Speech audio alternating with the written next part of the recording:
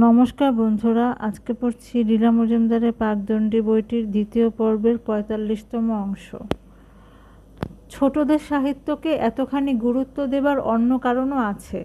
শুধু অনুরাগ আর অনুপ্রেরণা ছাড়াও যুক্তির দিক থেকে বলা যায়, মানবজাতির ভবিষ্যৎ গঠনে বড়দের সাহিত্য থেকে শিশু সাহিত্যের ভূমিকা অনেক বড়।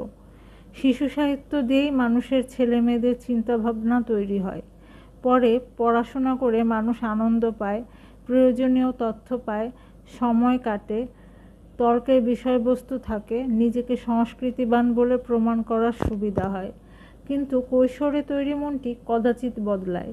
যতই এসব ভাবি, মন ততই ছোটদের জন্য লেখার দিকে ঝোঁকে। অবশ্য আসল কারণটা আমার নিয়ন্ত্রণের বাইরে ছিল। একটা সময় দ্রুত এসে গেল যখন শুধু নিজেরও আর বড়দের জন্য লিখতে তেমন ভালো লাগতো না।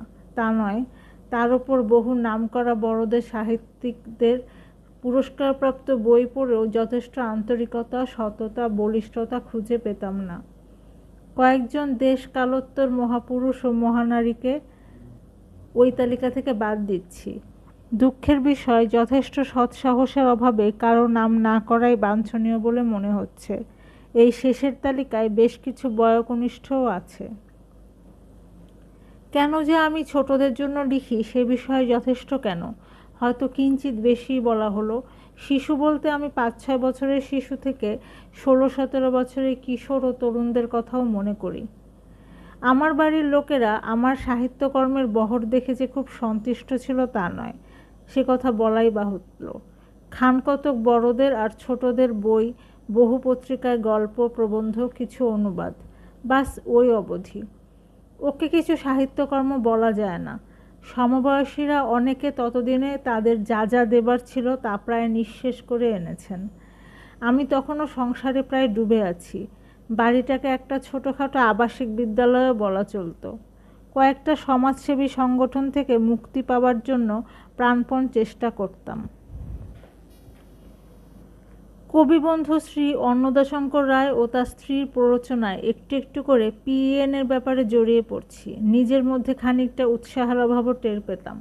বোধহয় কোনো সংস্থার বা সংগঠনের পদ্ধতি অনুসরণ করার সঙ্গে বেড়াজালের সাদৃশ্য দেখতে পেতাম বলে চিরকাল কোনো কিছুতে আত্মসমর্পণ করতে ঘাবড়াই।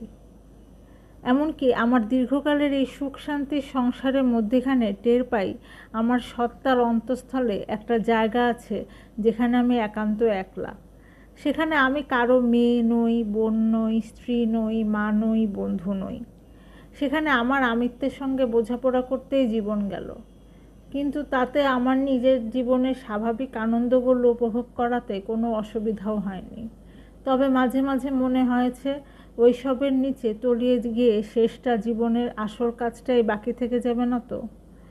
১৯৫২ সালের গরমের ছুটিতে আরেকবার লতিকার কাছে কার্শিয়াংয়ে গেলাম। সে তখন ডাউহিল স্কুলের অধ্যক্ষা হয়েছে। পাহাড়চূড়োর সুন্দর বাংলায় অবস্থান। বলা বাহুল্য, বিদায়ী মেয়ে অধ্যক্ষার আয়ের অর্ধেকও আয় নেই। মা তখনও তার বাড়ির কর্ত্রী, পুরনো লোক। বিষ্টু রান্নাবান্না করে এবং লতিকার পদমর্যাদা উপেক্ষা করে ধমক ধমক করে। একবার বিদ্যালয় পরিদর্শনার্থে তখনকার রাজ্যপাল, শিক্ষাবিদ ডক্টর হরেন মুখোপাধ্যায় সস্ত্রীক ডাউহিলে এলেন। স্ত্রীটি আবার মায়ের সেকালের বেথুন কলেজের বন্ধু। কাজ হয়ে গেলে বসবার ঘরে চা এবং স্কুলের রান্নাঘরে তৈরি উৎকৃষ্ট কেক বিস্কুটের সদ্ব্যবহার হচ্ছে। এমন সময় পর্দার আড়াল থেকে বিষ্টু আঙুল নেড়ে লতিকাকে ডাকলো। সে দরজার কাছে যেতেই বলল, কি পেয়েছো কি? সকালের দুধ খাওনি কেন? জানি না বিশিষ্ট অতিথিরা শুনতে পেয়েছিলেন কি না, আমি কিন্তু পেয়েছিলাম। আমরা ফিরে এলাম ছুটির শেষে। তারপর আগস্ট মাসের গোড়ায় এক দুঃখের শেষ রাতে ট্রাঙ্কল পেলাম, মা আর নেই। ৬৮ বছর হয়েছিল। ২০ মিনিটের হৃদরোগের ফলে পাট তুলে গেছেন চলে। তারপর ৩০ বছর দেখতে দেখতে কোথা দিয়ে যে কেটে গেল ভাবলেও অবাক হই। সেদিন ভোরে উঠে বালিগঞ্জে ভাই বোনদের বাড়িতে দরজা পিটিয়ে তাদের তুলে ওই সংবাদ দেবার কথা ভোলা যায় না। ঘুম জড়ানো চোখে ওরা যেন ঠিক বুঝতেই পারছিল না। ততদিনে চতুর্থ ভাই সরোজ বিলেতে গুছিয়ে বসেছে, লতিকা তো ডাউহিলের অধ্যক্ষা, ছোট ভাই জ্যোতির আলাদা সংসার, বাকি তখনও 68B যতীন দাস রোডে পরস্পরকে অবলম্বন করে রয়েছে। সকাল 8টার প্লেনে দাদা, দিদি, আমি রওনা হয়ে গেলাম। আর সকলের স্কুল, কলেজ, চাকরি বাকরি। দাদা দিদিও চাকুরি মানুষ, কী সব ব্যবস্থা করে রওনা হলো। প্লেন থেকে চারদিকে চেয়ে দেখি আকাশে তেমনি রোদ আর মেঘের খেলা, নিচে তেমনি ধান ক্ষেতের ওপর আলো ছায়ার কাঁথা পাতা। উড়োজাহাজে সেকালে চমৎকার প্রাতরাশ দিত। দাদা দিদি হতাশভাবে চেয়ে রইল। কেমন যেন মনে জোর পেলাম। কাছাকাছি বয়সে আমরা 3জন। বললাম, খাও যা পারো, সেখানে পৌঁছে শরীর মনের শক্তির দরকার হবে। বাগডোগরা থেকে ছোট মোটর আমাদের কার্শিয়াংয়ে নামিয়ে দিল। লতিকা ওরই মধ্যে ফোন করে গাড়ির ব্যবস্থা করে রেখেছিল। সেই চেনা কার্শিয়াং স্টেশন। সেখানে ডাউহিল স্কুলের বড় দারোয়ান আমাদের জন্য অপেক্ষা করছিল। তার হাতে ধূপকাঠি, ফুলের মালা, এইসব। কেমন যেন গলায় একটু ব্যথা করে উঠেছিল।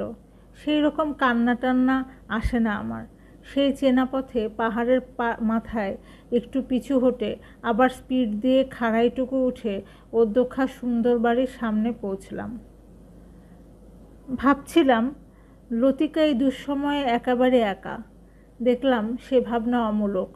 বাড়ি ভরা সমবেথী নরনারী, ফিরিঙ্গি, বাঙালি, নেপালি, কারা সব অনাত্মীয় পরম আপনজনরা ফুল দিয়ে মাকে চমৎকার করে সাজিয়ে দিয়েছে।